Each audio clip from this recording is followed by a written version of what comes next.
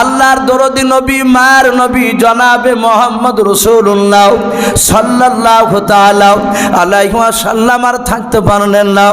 ওমরকে বাপজি পাজা মেরে ধরে বলেন, এ পাগল ওমর, আমি দুনিয়ার বুকে বদলা নিতে আসি নাই, বলুন সুবহানাল্লাহ। আল্লাহর নবী ওমরকে বুকের সাথে বাপজি জোরে জোরে কপালে চুমা দিয়ে বলেন, ওমর রে তুমি পড়ে নাও কালেমা লা ইলাহা ইল্লাল্লাহ। ভাই একটু জিকির হয়ে যাক, আমরা কত রাত্রিতে জিকির একটু করে নি, যেহেতু এখন কেউ নামাজ পড়ছে না, একটু কলেমাটা পড়ে নি, খুব দামি কলেমা লা ইলাহা ইল্লাল্লাহ লা ইলাহা লা ইলাহা ইল্লাল্লাহ লা ইলাহা ইল্লাল্লাহ লা ইলাহা ইল্লাল্লাহ মুহাম্মাদুর রাসূলুল্লাহ সাল্লাল্লাহু তাআলা আলাইহি ওয়াসাল্লাম নবীর কলেমা পড়ে ওমর মুসলমান হয়ে গেল। সেই ওমর নবীজির বাপজি পা দুখানা জোরে ধরে কাঁদছেন আর বলছেন, ওই সে ঘটনা ধরেছিলাম। ওমরের পা ধরা কথা বলতে গিয়ে কলেমার কথাটা বাপজি তুলে ধরেছে। ওমর বলছেন, নবী গো, আমি আপনার কাছে অন্যায় করে ফেলেছি, আপনি অন্যায় করেননি, আমি বেয়াদবি করেছি নবী, আপনি আমাকে ক্ষমা করে দেন সেই দিনকার মারতে যাওয়ার কারণে। আল্লাহ রসুল বলেন, ওমর আমি পয়গম্বর, আমি তোমাকে মাফ করে দিয়েছি, ওমর তুমি বসে যাও। আল্লাহর নবী জনাবে মোহাম্মদ রাসূলুল্লাহ সাল্লাল্লাহু তাআলা আলাইহি ওয়াসাল্লাম দরদি নবী আমার পয়গম্বর ওমরকে বলে, ওমর তুমি বসে যাও। আল্লাহর নবীজি ওসমান গনিকে ডেকে বাপজি মাপ চাইলেন, আলীকে ডেকে বাপজি মাপ চাইছেন। এইভাবে বাবা প্রতিটা সাহাবার বাপজি হাত ওখানে ধরে ধরে ক্ষমা চাইছিলেন। ওমর তাকে দেখলেন, নবী আমার গুনাহ করেনি, কিন্তু নবী আমার এইভাবে যদি এক এক করে যদি সব সাহাবার কাছে ক্ষমা চায়, এটা আমাদের বেয়াদবি করা হবে নবীর সামনে। না না, আল্লাহর নবীকে কোনো সাহাবার এভাবে হাত ধরে ক্ষমা চাইতে দেওয়া যাবে না। আমাদের অন্যায় হয়েছে, কিন্তু নবীর তো অন্যায় হয় না, এটা বেয়াদবি হবে। ওমর নবীজির সামনে গিয়ে বলে, নবী আপনি বলেছেন সব সাহাবার মধ্যে আমার আবু বকর দামি সাহাবা। ওগো নবী গো, সব সাহাবার আমাকে দামি সাহাবা বলে মানে। ওগো নবীজি, আমি যা বলি সাহাবারা তাই শুনে নাই, আপনার পরে আমার কথা তারা মানে। ও নবী শুনে নেন, আপনি প্রতিটা সাহাবার কাছে এভাবে মাপ চাইবেন না। নবী বলেন, সাহাবা বান্দার সাথে বান্দার হক আদায় করে না যেতে পারলে আমি নবী পয়গম্বর আল্লাহ আমাকে ছাড় দেবে না। তা আমি প্রতিটা সাহাবার কাছে এভাবে মাপ চাই। আল্লাহ রসুলের সাহাবা বন্ধু আবু বকর বলে, নবী এইভাবে প্রতিটা সাহাবার কাছে আপনার মাপ চাওয়া লাগবে না গো নবী, আমি পয়গম্বরের বন্ধু আবু বকর, ও নবী আমি সব সাহাবার পক্ষ থেকে সবারই তরফ থেকে আল্লাহর নবীজি আপনাকে আমরা মাফ করে দিলাম, বলুন সুবহানাল্লাহ। কথা বুঝতে পারছেন? সবারই পক্ষ থেকে ওমর বলছেন, না আবু বকর আমি মাফ করে দিলাম নবী, আর মাফ চাইতে হবে না। ওগো নবী, এবার আপনি সবাইকে একবার বলেন যে মাফ করে দিলাম, তাহলে মাফ হয়ে যাবে। আল্লাহর নবী বলুন, গো সাহাবা আবু বকর সবারই তরফ থেকে আমাকে মাফ করলে? বলে হ্যাঁ। বলে আমি পয়গম্বর রাসূল, এই আবু বকর আমি তোমাদেরকে মাফ করে দিলাম। ও বাপজি ভাইরাও, যাহাতে মাফ করে দিলাম বললেন নবী আমার। আর হঠাৎ করে বাপজি দেখা গেল সাহাবার মাঝ থেকে বাপজি একজন সাহাবা থমকে বাপজি দাঁড়িয়ে গিয়ে বলেন, ওগো আল্লাহর নবী, সব সাহাবারা আবু বকরকে দায়িত্ব দিতে পারে, কিন্তু আমি আপনার সাহাবা, ও নবীজি আমি তাকে দায়িত্ব দেই নাই। নবী গো, আমি আপনার সাহাবা, আমি আপনাকে অতক্ষণ পর্যন্ত মাফ করব না। হাজার হাজার সাহাবা সবাই অবাক, ডাক দিয়া বলেন ওগো নবী, ডাক দিয়ে নবী বলেন ওগো আমার সাহাবা, তুমি কেন আমাকে মাফ করবে নাও? সাহাবা যিনি দাঁড়িয়ে আছেন বাবা, ওনার নাম আপনাদের মনে আছে কেমন জানা নাই? জানা আছে? যে সাহাবা নবীকে বলছেন আমি আপনাকে মাফ করব নাও, ওই সাহাবার নাম হযরতে সাদ ইবনে আবি ওয়াক্কাস। বলুন সুবহানাল্লাহ। সাদ ইবনে আবি ওয়াক্কাস দাঁড়িয়ে বলছেন ওগো নবী, সব সাহাবা মাফ করতে পারে, আমি আপনাকে মাফ করব না। নবী বলছেন কেন, আমি কি অন্যায় করেছি? বলে হুজুর, এক সময় আপনি উটে চেপে যাচ্ছিলেন, নবীজি যে উটটায় চাপতেন সে উটটার নাম নবী রেখেছিলেন আজবা। কি নাম বললাম? আজবা। রসুলের উটের নাম ছিল। বলে নবী, ভাই কথা বলি না ভাই, ও বাচ্চা ছেলেরা কথা বলবে না, আর একটু বসি, রাত্রি 1:30 প্রায় হয়ে গেল, আর কিছুক্ষণ বলে ইনশাল্লাহ দোয়া হয়ে যাবে, যেহেতু আবার রাত্রিতে নামাজ পড়তে হবে। তো বাপজি আমি বলছিলাম সে সাহাবার নাম কি বললাম? সাদ ইবনে আবি ওয়াক্কাস। যুবক সাহাবা দাঁড়িয়ে বলছে নবী আমি আপনাকে মাফ করব না। বলে কেন, আমি কি করেছিলাম তোমার?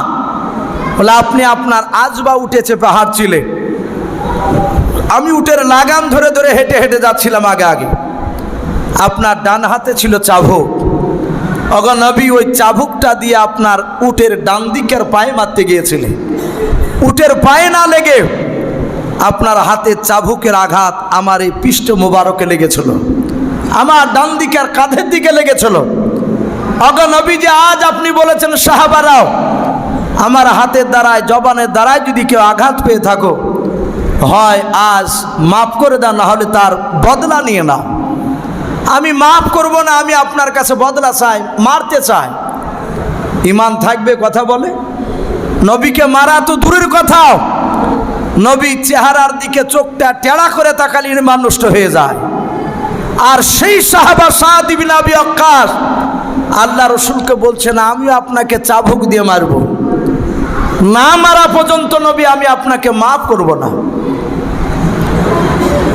হাজার হাজার সাহাবারা বাপ যে কাঁদতে লাগলেন, কেন করেছে সাহাবাও যে সাদ ইবনে আবি ওয়াক্কাস নবী যেন পাগল হয়ে যায়।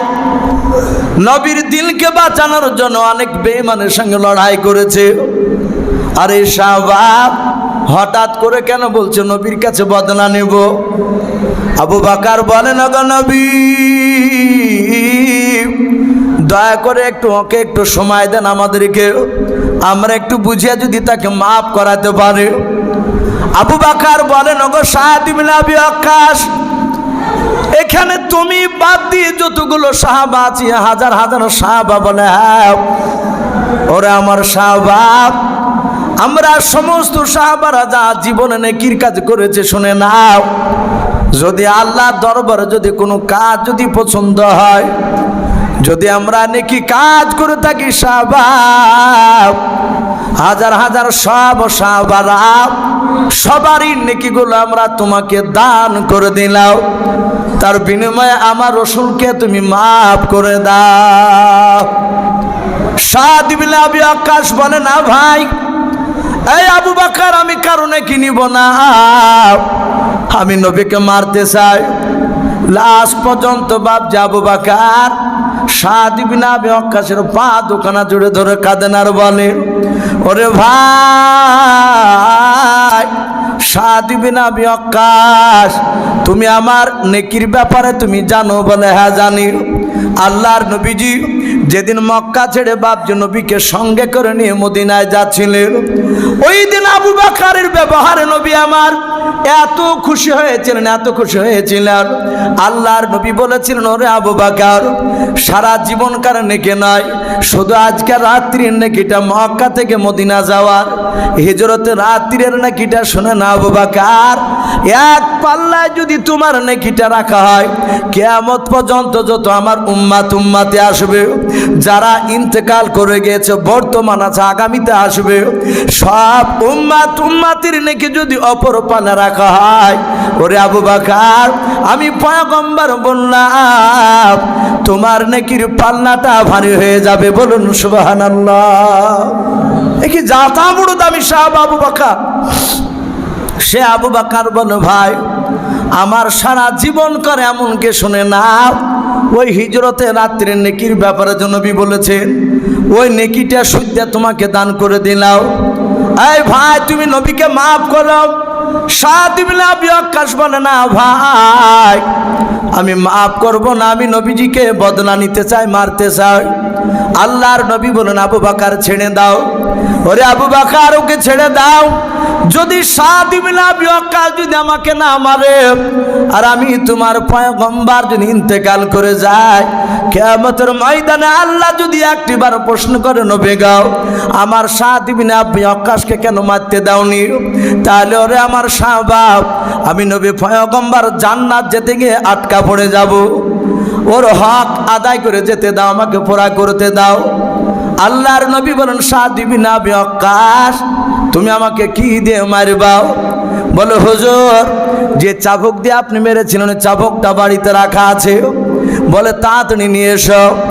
সাহাবা দৌড়ে চলে গেলেন, চাবুক খানা বাপজি নবীর সামনে নিয়ে এসে দাঁড়িয়ে বলেন হুজুর এই চাবুক, এই চাবুক দিয়ে আপনি মেরেছিলেন, আজকে আপনাকে মারবো। আল্লাহর নবীজি 10 হাত দূরে দাঁড়িয়ে আছে, সাহাবা সাদ ইবনে আবি ওয়াক্কাস 10 হাত পেছনে দাঁড়িয়ে। বলে নবী আপনি রেডি হয়ে যান। হাজার হাজার সাহাবারা বাপজি তারা জানতেন নবীর দিকে কেউ যদি আঙুল তুলে কথা বলতো সাহাবারা সহ্য করতে পারতো না, অমনি বাপজি তাকে জবাই করার জন্য বাপজি রেডি হয়ে যেত।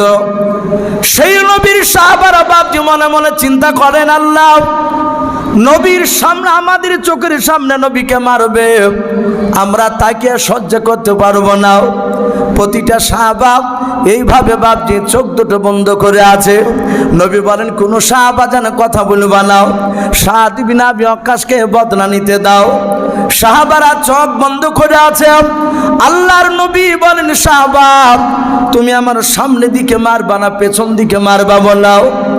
বলে হুজুর আমি পেছন দিকে মারবো আপনার। নবীজি আমার ভালো মনে পড়ে যায় যেদিন আপনি আমাকে মেরেছিলেন সেদিন আমার ডান দিকের কাঁধে কোনো পাঞ্জাবি ছিল না।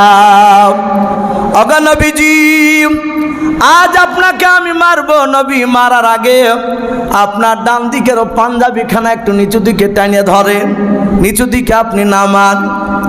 সাহাবারা কাঁধে না হারে নবীকে মারা তো অন্যায়, আবার নবীর জামাটা বাপজি টানতে বলছে। আল্লাহর নবী বলেন ওরে সাদ ইবনে আবি ওয়াক্কাস এই দেখো আমি জামার বোতামটা খুললাম। এভাবে কলারখানা বাপজি টানতে লাগলেন। আল্লাহর নবীজির জাহাতে বাপজি ডান দিকের বাবা কলারখানা জামাটা বাপজি টানিয়েছে। আর হঠাৎ করে সাহাবা বাপজি দেখতে পেলেন বাবা আল্লাহর নবীর ডান দিকের কাঁধে বাবা একটা গোস্তের টুকরা ছিল, হাড়ের টিপির সমান মোটা হাড়ের টিপি চিনেন তো অনেকে, বাচ্চাবেলা যে খেলতাম আমরা, ওই টিপির সমান। কোন রাবি লিখেছেন বাবা কবি তোরের ডিমের সমান বাবা, সবুজ রঙের মতো বাপজি দেখতে ছিল ওই গোস্তের টুকরাটা। ওই টুকরাটাকে বাবা আল্লাহর নবীজি বলেছিলেন এটা মাহারে নবুয়াত। বলুন সুবহানাল্লাহ।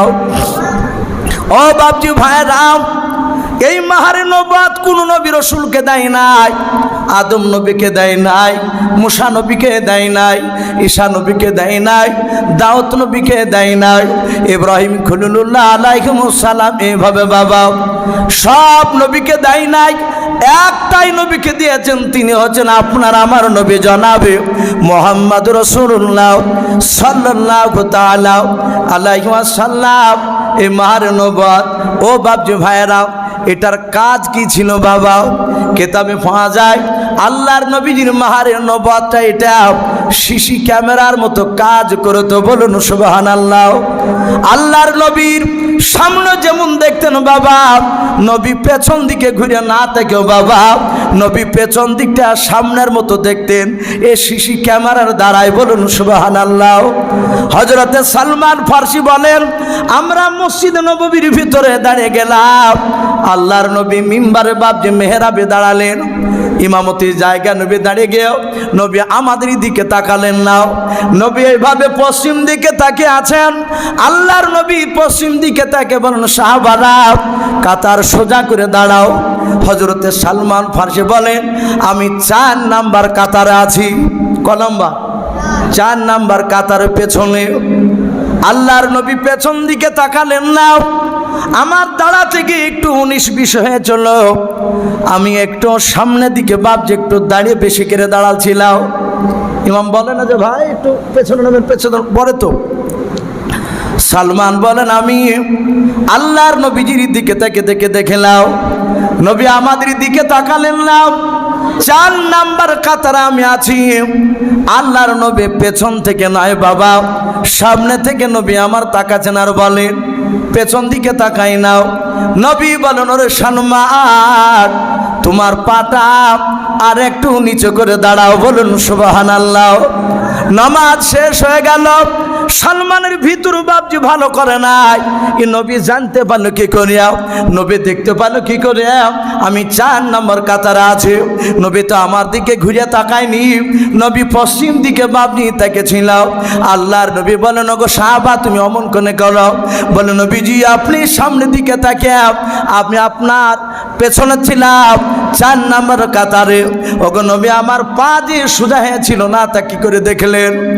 আল্লাহর নবী বলেন, ওরে সাহাবা এই সালমান শুনে নাও, আমি সামনে যেমন দেখে পেছনে তেমন দেখে। বলে হুজুর তাই নাকি? বলে হ্যাঁ। আল্লাহর নবী বলেন, ওরে সাহাবা আমি মাহারে নবুয়তের দ্বারাই আমি পেছন দিকটা দিব্যে দেখতে পাই সামনের মতো। বলুন সুবহানাল্লাহ। সেই মাহারে নবুয়তটা বাপজি যাহাতে দেখতে পেয়েছেন, সাদ বিন আবি ওয়াক্কাস বলে, হুজুর আর পাঞ্জাবি টানা লাগবে না, ওইভাবে ধরে থাকেন। আল্লাহর নবীজি পশ্চিম দিকে মুখ করে দাঁড়িয়ে আছে, এইভাবে গরিবানটাও কলার খানা বাপজি টেনে ধরেও। সাদ বিন আবি ওয়াক্কাস থেকে দেখছেন হয়তো মাহারে নবুয়ত, এখানে বাপজি দেখতে পেয়েছেন নবীর। সাদ বিন আবি ওয়াক্কাস পায়তারা করতে করতে বাপজি দৌড়ে এসে আল্লাহর নবীজির মাথার উপরে বাপজি চাবুক তুলে নবীকে এভাবে মারতে গিয়ে বাপজি মারলেন না, নবীজির মাথার উপর দিয়ে চাবুকখানা বাপজি টান মেরে ফেলে দিয়াও। আল্লাহর নবীজির ডান দিকের কাঁধে মাহারে নবুয়তে সাদ বিন আবি ওয়াক্কাস চুমা দিয়ে দিলেন। বলুন সুবহানাল্লাহ।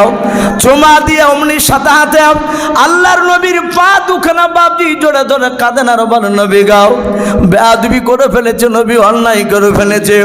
ওগো নবী আমি আপনাকে কি মারতে পারি নবী গো? ও আল্লাহর নবী আপনার পা দোকানা ধরে ক্ষমা চাই, আমি অনেক অন্যায় করেছি, বেয়াদবি করেছি, নবী আপনি আমাকে মাফ করে দেন। আল্লাহর নবী যে অবাক হয়ে গেলেন। আল্লাহর নবী যে এইভাবে হাত দোকানা ধরে বলেন, এই সাদ বিন আবি ওয়াক্কাস পাগল আমার, এরে পাগল এইভাবে কেন তুমি পায়তারা করেছিলে? বলো তুমি যে আমার সাদ বিন আবি ওয়াক্কাস মাহারে নবুয়তে তুমি মারবা নাও, কেন তুমি এরকম তুমি সাহাবাকে কানালিয়াও, কেন তুমি আমাকে কষ্ট দিলাও, এত কেন পায়তারা অভিনয় কেন তুমি করিলে? বলাও। সাদ বিন আবি ওয়াক্কাস বলে, নবী গো দুনিয়ার বুকে আপনি এক নাই দুই নাই 10 জন নারী আর পুরুষকে জান্নাতের সার্টিফিকেট দিয়েছেন। বলুন সুবহানাল্লাহ। আমার পূর্বেকার বক্তা হযরতে তালহার যে বাপজি ঘটনা বলছিলেন, এই তালহা 10 জনের মধ্যে একজন সাহাবা জান্নাতে। আল্লাহর নবীর সাহাবা সাদ বিন আবি ওয়াক্কাস নবীর হাত দুখানা জোরে ধরে কাঁদেন আর বলেন, নবী গো ওই 10 নাম্বার সিরিয়ালে নবী সাদ বিন আবি ওয়াক্কাসের নামটা নাই। ওগো আল্লাহর নবীজি আমি আপনার মুখে শুনেছি আপনি বলেছেন মাহারে নবুয়ত কোন নবীকে দেয় না, শুধু আমাকে দিয়েছে।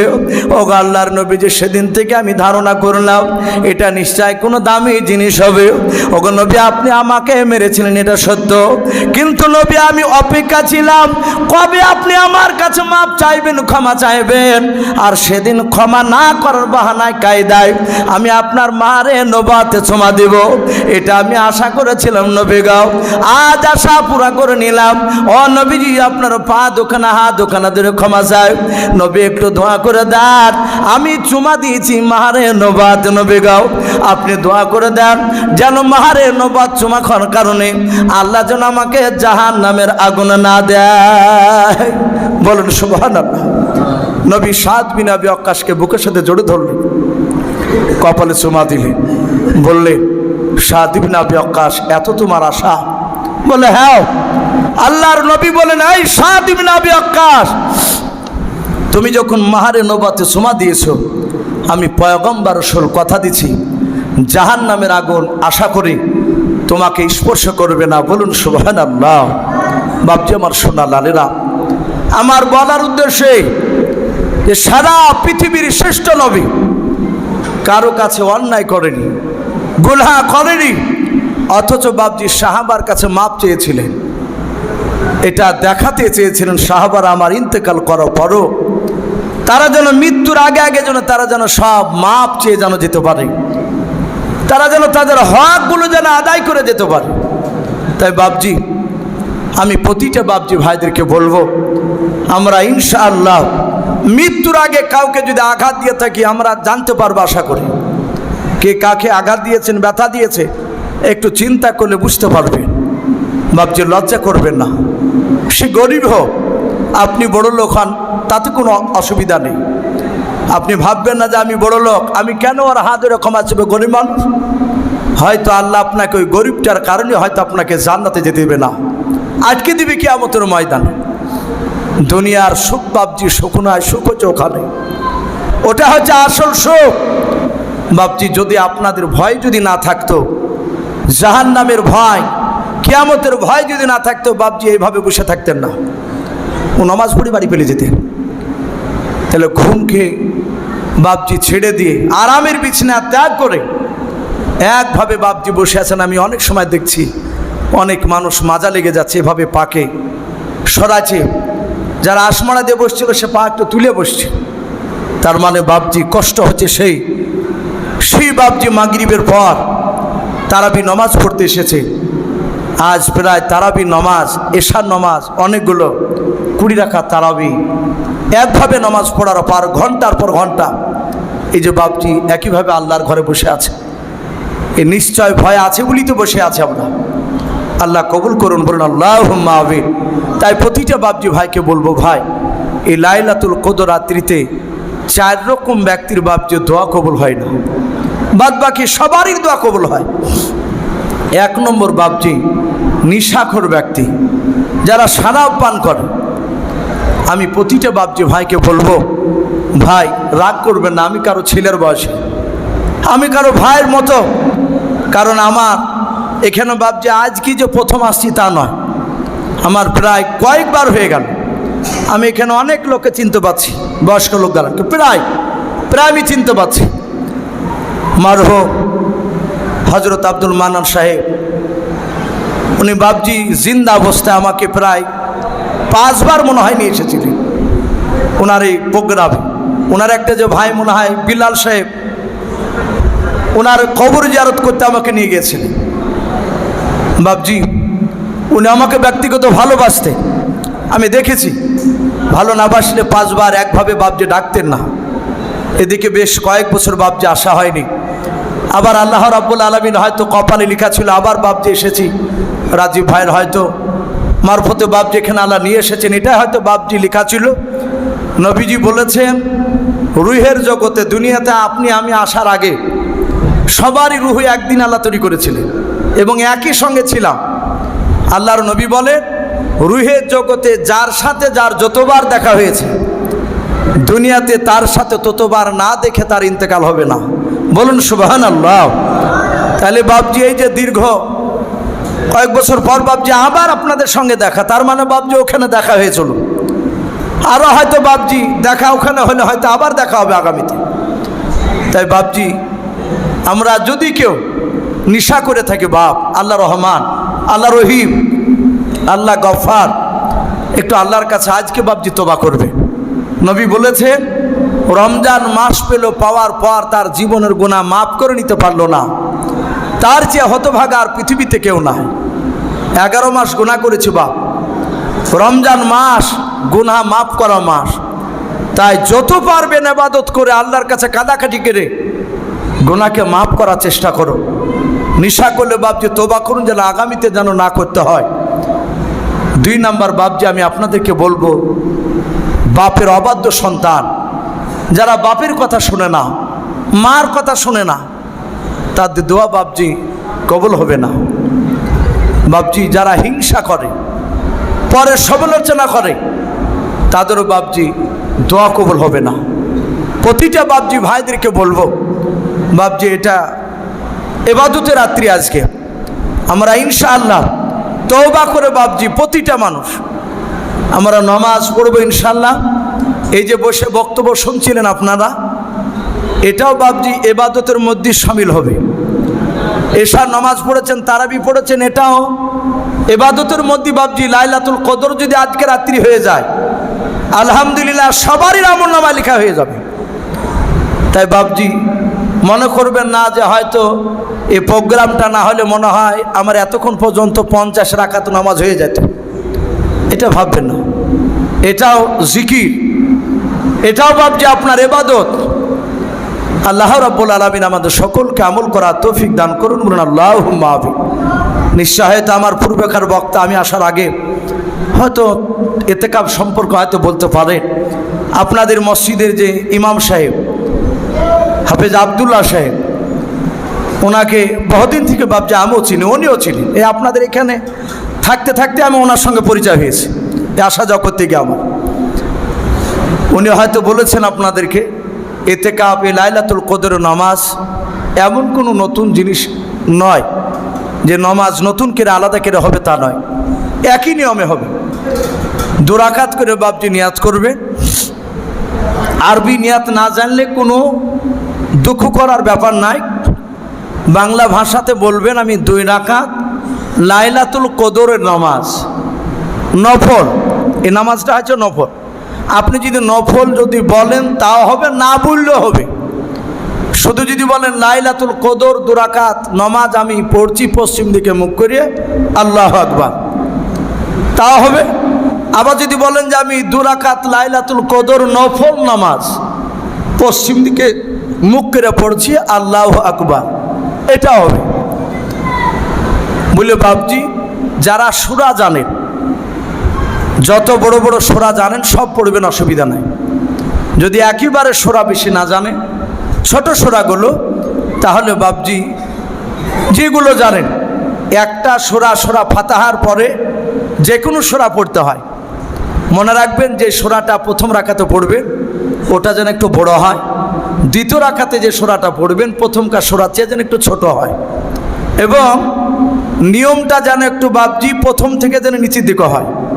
যেমন যারা কোরআন পড়া জানে, আলাম তারা কাইফা ফাআলা রাব্বুকা বিআসহাবিল ফিল 30 পারাতে আছে।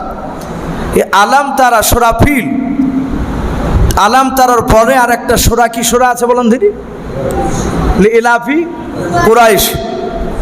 তাহলে আপনাকে পড়তে হবে ওই আলাম তারা আগে, তারপরে লিইলাফি, তারপরে আবার সূরা আছে আরাইতাল্লাযী, তারপরে আছে ইন্না আতাইনা, তারপরে কুল ইয়া আইয়ুহাল কাফিরুন, তারপরে আছে বাপজি ইজা জাআ, তারপরে আছে তাব্বাত ইয়াদা, তারপরে আছে সূরা ইখলাস কুলহু, তারপর আছে ফালাক, তারপরে নাস। ওপর থেকে নিচে নামলে, বুঝতে পারলেন তো? তাহলে নামাজে পড়তে হবে ওপর থেকে নিচে। এবার যদি আপনি পড়েন যে লিইলাফি পড়তে লাগলেন প্রথম রাকাতে, দিয়ে দেখা গেল যে আপনি আলাম তারা পড়লেন দ্বিতীয় রাকাতে, তাহলে নিচ থেকে ওপর উঠে যাচ্ছে। এই নামাজটা হচ্ছে বাপজি তারতিবের খেলাফ। এভাবে নামাজ ইচ্ছাকৃত পড়বেন না। হ্যাঁ, ভুলবশত হয়ে গিয়েছে, দেখা গেল যে আপনি তাব্বাত ইয়াদা পড়ছেন প্রথম রাকাতে, দ্বিতীয় রাকাতে ইখলাস পড়বো ভেবেছেন, এর উঠে আপনি লেলাফি পড়তে লেগেছেন, তার মানে উল্টে হয়ে গেছে। নিচে পড়েছেন আগে, তারপরে পরেরটা পড়ছেন একদম আগের সোরাটা। তাহলে না জানতে পড়লে নমাজ হবে, কিন্তু ইচ্ছাকৃত পড়া যাবে না, এটা তারতিবের খেলাফ, আদবের খেলাফ। তাহলে প্রথম থেকে পড়ে আসবে, এতে 3 আয়াত হোক, তাহলে নমাজ হবে। কারো যদি সূরা রহমান মুখস্থ থাকে, আর রহমান আল্লামাল কোরআন খলাকাল ইনসান, যে আল্লাহ আকবার বলে যদি যান 1 রাকাত হয়ে যাবে, ওখানে 3টে সব আয়াত হয়ে যাচ্ছে। আরও যদি বড় জানেন তো বড় পড়বেন, অসুবিধা নেই। এইভাবে 2 রাকাত করে বাবজি পড়বেন। কেউ যদি মনে করেন যে আমি অন্য সূরা জানি না, আলহামদু সূরা ইখলাস জানি, ইখলাস একবার পড়লেও হবে। যদি মনে করেন যে আমি 1 রাকাতে 3 বার পড়ব, ওটাও জায়েজ আছে। তাই বলে অনেকে বলে 15 বার 30 বার পড়ি, এভাবে মনে মনে এই আঙুল গনে নমাজে দাঁড়িয়ে দাঁড়িয়ে সূরা ইখলাস, যে 4 বার হলে তখন এভাবে 4 নম্বর আঙুলে নিয়ে যায় গিটে, এভাবে গণা হবে না। ও 15 বার পড়তে গিয়ে দেখা গেল টার্গেট করেছেন 15 বার, পড়তে গিয়ে 16 বার হয়ে গেল, গোনা হবে না, নাকি হবে? কিন্তু বাবজি যে কোনো সূরা পড়াটাই উত্তম, পড়বেন, অসুবিধা না। যদি সূরা ইখলাসও যদি 3 বার 4 বার করে পড়ে 1 রাকাতই, তাও কোনো সমস্যা নেই। 2 রাকাত পড়া হয়ে গেলো, সালাম ফিরলেন, আবার 2 রাকাতে নিয়াত করে আবার বাবজি ওইভাবে পড়বেন, সালাম ফিরলেন, ফিরে বাবজি আস্তাগফিরুল্লাহ বেশি বেশি পড়বেন, তওবা করবেন, কলমা পড়বেন, সুবহানাল্লাহ বিহামদিহি সুবহানাল্লাহিল আযীম, এগুলো পড়বেন। ইমানে মুফাসসাল আমানতু বিল্লাহি মালাইকাতি ওয়া কুতুবিহি, যেগুলো জানা থাকলে পড়বেন। এক কথায় যত তাসবিহ জানেন সব পড়বেন। পড়ার পরে বাবজি আল্লাহর কাছে কাঁদাকাটি করবে, আল্লাহর কাছে যা ইচ্ছা তাই চাইবেন। চাওয়ার পরে লাস্টে বেলা বলবেন, হে আল্লাহ, এই দোয়াগুলো আমার নবী মুহাম্মদ সাল্লাল্লাহু আলাইহি ওয়াসাল্লামের কিংবা বিশ্ব নবী ওসিলা করে আমার এই দোয়াকে কবুল করিলাম। পারবো তো বলতে ইনশাল্লাহ? নবীর ওসিলাটা বাবজি দিবেন, নবীর ওসিলা ছাড়া বাবজি দোয়া কবুল হয় না। আর তাড়াহড়া করে বাবজি রাকাত বেশি পাল্লা দিবেন না। সকালবেলায় চায়ের দোকানে বলবেন, ভাই ক রাকাত পড়েছো? যদি বলে ভাই বেশি পড়িনি, 40 রাকাত, তো মুচকে মুচকে হাসবার বলবে, ভাই আমি 150 রাকাত পড়েছি ভাই। বলে এত নামাজ? বলে হ্যাঁ ভাই। না, এটা বাহাদুরি নয়, পাইকারি হারে নামাজ পড়বেন না। সেজদা দিবেন লম্বা, রুকুতে থাকবেন লম্বা, তসবিহ গণবেন অনেকক্ষণ ধরে। আপনার নমাজ 12 রাকাত হোক, নমাজ 20 রাকাত হোক, কিন্তু নমাজটা ধীরে সুস্থ পড়বেন। অনেক রাকাত পড়তে হবে তা নয়, যাই পড়েন একটু ধীরে সুস্থ পড়বেন। আল্লাহ আমাদেরকে কবুল করুন, বলুন আল্লাহুম্মা আমিন, আল্লাহুম্মা আমিন। বাবজি নমাজ এই মসজিদেই যে সবাইকে পড়তে হবে তা জরুরি নয়। নফল নামাজ, কদরের নামাজ বাড়িতেও পড়লো নেকি আছে, জায়েজ আছে। আল্লাহ রসুলের বিবি আয়েশা বলে, আমি দেখলাম বিশ্বনবী আমার বাড়িতে আসলেন, নবীর পালি পড়েছে, আমি ছোট্ট মেয়ে, আমি ঘুমিয়ে গেলাম, নবীজি উঠে নামাজে দাঁড়িয়ে গেছে। আয়েশার ঘরটা এত ছোট ছিল, নবী যখন সেজদায় যেতেন তখন আয়েশার পায়ে এভাবে টোকা মারতেন। এভাবে টোকা মারা মানে পাটা সরে নিলে নবী সেজদা দেওয়া হতো। আয়েশা বলছেন, আমাকে টোকা মারতেন, আমি পা টেনে নিতাম, রসুল সেজদা করতেন। এক সময় আমি চেতন পাইলাম, ঘুম থেকে জাগার পর দেখলাম নবীজি সেজদায় আছে। নবী সেজদা থেকে মাথা তুলো না, এই তুলবে তুলবে করে আমি তাকাছি, তুলে না। আয়েশা বললেন, আমি ভাবলাম মনে হয় নবী ইন্তেকাল করে গিয়েছেন নাকি সেজদার উপরে। তখন আয়েশা বলছেন, আমি নবীর পাগুলোকে আঙুলটা ধরে এভাবে একটু টানলাম, বুড়ো আঙুলটা ধরে একটু চিমটি কাটলাম। তখন রসুল এইভাবে আয়েশার হাত থেকে পাটা ছোটানোর চেষ্টা করলেন। আয়েশা বললেন, আমি বুঝতে পারলাম নবী তাজা আছে, নবী তো মরে না, এই তো সেজদাতেই আছে জিন্দা অবস্থায়। তাহলে এই যে গভীর রাত্রিবেলা রসুল্লাহ আয়েশার ঘরে সেজদা লম্বা করছিলেন, এগুলো ছিল বাবজি এই রাতের নামাজ, বাড়িতে পড়ছিলেন। তাই বাবজি বাড়িতেও যদি কিছু মানুষ পড়ে অসুবিধা নাই, আপনি একা একা নিরিবিলি জায়গায় নামাজ পড়ে, স্বামী স্ত্রীকে পড়তে বলবে, তাই বলে একই মুসাল্লাতে না পড়াটাই ভালো, একটু দৌড়াদৌড়ি পড়বে। মেয়েদের যেহেতু জামাত নাই, স্বামীর কাছে একটু সাইড আলাদা করে একটু দৌড়াদৌড়ি করে পড়বেন, অসুবিধা নাই। বাপজি এখানেও পড়বে, কোরআন শরীফ পড়বেন রাত্রিবেলা, সূরা ইয়াসিন, রহমান, ওয়াকিয়া, সূরা হাসর, এগুলো বাপজি যারা জানেন একটু পড়বেন, চরম নাকি। কিন্তু কোরআন এমনভাবে পড়বেন মসজিদে, পাশে যদি কেউ নামাজ পড়ে তার যেন ইবাদতের ঘাটতি না হয়, ব্যাঘাত না ঘটে।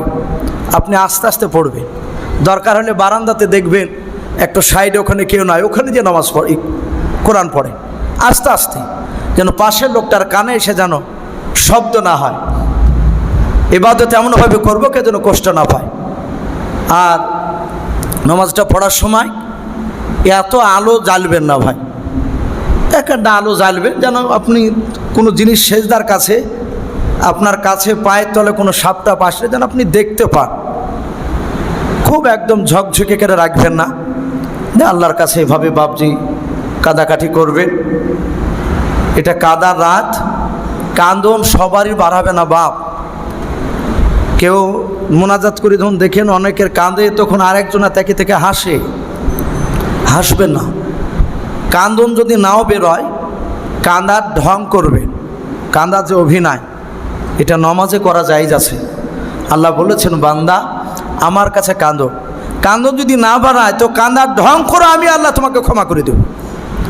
এই জন্য বাপজি একটু চেষ্টা করবেন, কাঁদার চোখের পানি একটু ফেলার চেষ্টা করবেন। আল্লাহ রাব্বুল আলামিন আমাদের সকলকে আমল করার তৌফিক দান করুন, বলুন আল্লাহুম্মা আমিন, আল্লাহুম্মা আমিন। রাজীব ভাই দোয়া করে দিই। একটা গজল বলছি, মানে যেহেতু দেখেন প্রায় দুটো বাপজি পুরা বেজে গেল, এবার এক আধ ঘন্টা তো মা বোনেরা ভাত রান্না করতে উঠবে। এবার একইভাবে যদি ফজর পর্যন্ত মাইক চলে, তাহলে অনেক মা বোনেরা বাড়িতে হয়তো নামাজ পড়বে, তাদের হয়তো আওয়াজ গিয়ে তাদের ক্ষতি হবে। এই জন্য বাপজি তারা হয়তো এক আধ ঘন্টা নামাজ পড়ে তারা আবার ভাত রান্না করতে উঠবে। আমরাও বাপজি আপনারা কেউ এই বাড়িতে যে শুয়ে পড়বো এই আশা নিয়ে যাবেন না। যদি ঘুম চলে আসো বাড়িতে, তাহলে এখানে আবার নতুন করে অজুমজু করিয়ে, অজু তো আছে সবারই, অনেকের অজু আছে, কিন্তু কদরও নামাজ পড়ার জন্য বাপজি আবার হয়তো চেষ্টা করবেন, আবার ভালো করে অজু করি, অজু করে এসে আবার নামাজ বাপজি নামাজ পড়বেন, পড়ে হয়তো তখন বাড়ি এক আধ ঘন্টা গিয়ে আরামও করতে পারে। ফজর পর্যন্তই যে আপনাকে জায়গায় থাকতে হবে তা নয়, থাকতে পারলে ভালো, নাহলে এক আধ ঘন্টা আধ ঘন্টায় নামাজ পড়েন, এটাও আল্লাহর কাছে কবুল হয়ে যাবে ইনশাআল্লাহ। যাক বাপজি ছোট্ট একটা নাত পড়ি, ইনশাআল্লাহ আমার বক্তব্য শেষ করে দোয়া করে আমরা ইনশাআল্লাহ লাইলাতুল কদরের দিকে লক্ষ্য রাখবো ইনশাআল্লাহ। জগতে করে নবীর ঘরে অগ আম্মা বিটিতে, অগ আম্মা বিটিতে, কাহার আগে কে যাবে সেই খোদার জান্নাতে। জগতে করে নবীর ঘরে অগ আম্মা বিটিতে, অগ আম্মা বিটিতে, কাহার আগে কে যাবে সেই খোদার জান্নাতে। ওখানে বসে মা আয়েশা কয় ফাতেমা অগ জোহরা, মা আয়েশা কয় ফাতেমা অগ জোহরা, আমি জিনার সঙ্গে নিছে আল্লাহর পিয়ারা। পিতা আমার আবু বকর প্রথম ইমানদার, অগ প্রথম ইমানদার, সব বিবিদের চেয়েও বেশি আমার অধিকার। আমার কাছে হাদিস এত নাই কাহর কাছে, অগ নাই কাহর কাছে, কাহার আগে কে যাবে সে খোদার জান্নাতে। জগতে করে নবীর ঘরে অগ আম্মা বিটিতে, অগ আম্মা বিটিতে, কাহার আগে কে যাবে সে খোদার জান্নাতে। মা ফাতেমা বলে ও মা ঠিক বলেছ, মা ফাতেমা বলে ও মা ঠিক বলেছ, এত কথার মাঝেও তুমি আসল বলেছ। তোমার কাছে হাদিস আছে, তোমার কাছে হাদিস আছে, আছে বিপন গোর, নাই যে তোমার আছে আমার নবীর দেহের খুন। কেমন স্বামীর খুনকে তুমি রাখবে পিছেতে, অগো রাখবে পিছেতে, তোমার আগে জান্নাত যাব। আব্বাজান নবী বলেন যে জগতে করে নবীর ঘরে, অগা আম্মা বিটিতে, অগা আম্মা বিটিতে, কাহার আগে কে যাবে সে খোদার জান্নাতে। ভাই, আমরা আর একবার সকলে দুরুদ ইব্রাহিম যে পড়ে নি, আল্লাহুম্মা সাল্লি আলা মুহাম্মাদি ওয়া আলা আলি মুহাম্মাদ কামা সাল্লাইতা আলা ইব্রাহিম ওয়া আলা আলি ইব্রাহিম ইন্নাকা হামিদুম মাজিদ। আল্লাহুম্মা বারিক আলা মুহাম্মাদি ওয়া আলা আলি মুহাম্মাদ কামা বারাকতা আলা ইব্রাহিম ওয়া আলা আলি ইব্রাহিম ইন্নাকা হামিদুম মাজিদ। সাল্লাল্লাহু তাআলা আলাইহি ওয়াসাল্লাম। ভাই, আমি প্রতিটা জায়গাতে দোয়ার আগে একবার আমি তওবা করাই।